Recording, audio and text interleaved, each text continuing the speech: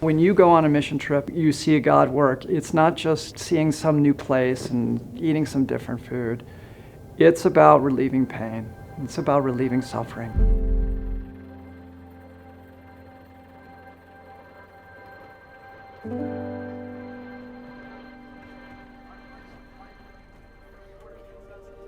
During the morning, we did health expos. We started off the first couple of days with children health expos, and then we moved on to doing adult health expos. Weimar's motto is to heal a hurting world. We went there with an objective, hoping to alleviate suffering, whether that was physical or mental or spiritual. Diarrhea is a common cause of death. In fact, 10,000 children die every year, and just hand washing can reduce that by almost 50%. One of the most memorable experiences for me was working with the kids during the health expos and seeing their excitement to do the hands-on portion of learning about water and how it affects their bodies. We saw over 1,200 patients through the clinic.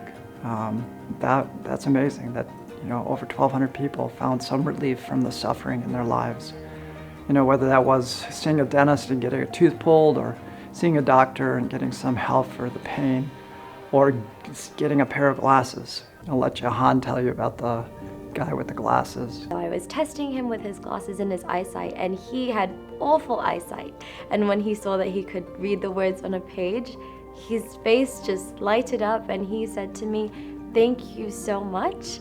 I'm now able to read my Bible." And one of the important lessons I learned there was how we are to be hands and feet of Jesus wherever we go. Let's go! Good job, good job.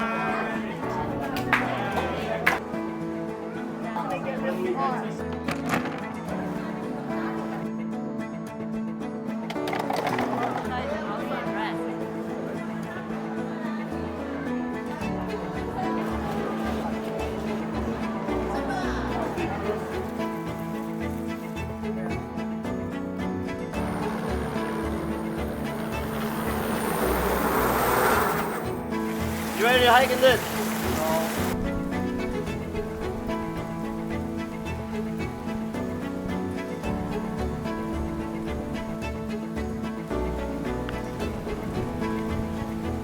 You made it.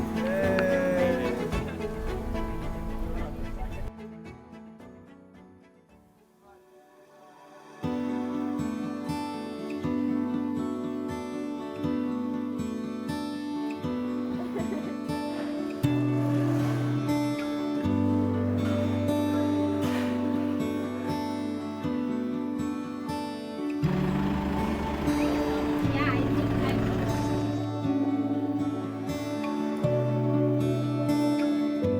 During the evenings, we would have nightly meetings, and that lasted 10 days. And what we did every single meeting was we started off with songs, and then we did some health talks to educate the people how to live healthier lifestyles. Then we moved on to practical health demos, some of which were cooking demos, others were hydro, and lots more. And then we also ended with spiritual talks. In addition, we would also provide a children's program in which we focused on the life of Jesus to bring how Jesus can impact and live in the children's lives.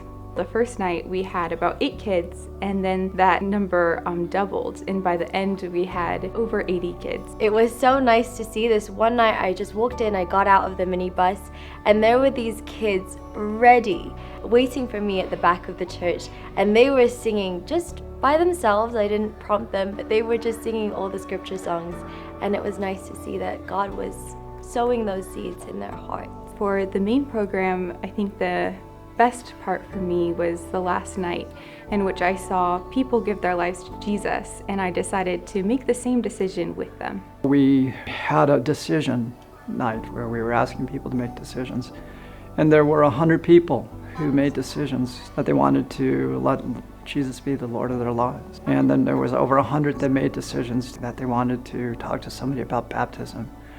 That was incredible. The most important thing I learned is that God can use our inadequacies as long as we're willing. I was very insufficient for the job before me, but yet God was still able to use me. There were a lot of moments where I was discouraged and I thought, Lord, I don't know how we're going to bring these people to you. I don't know what we're going to do. But when we place our trust in Him, He just directs our path. And that was such a neat thing to see.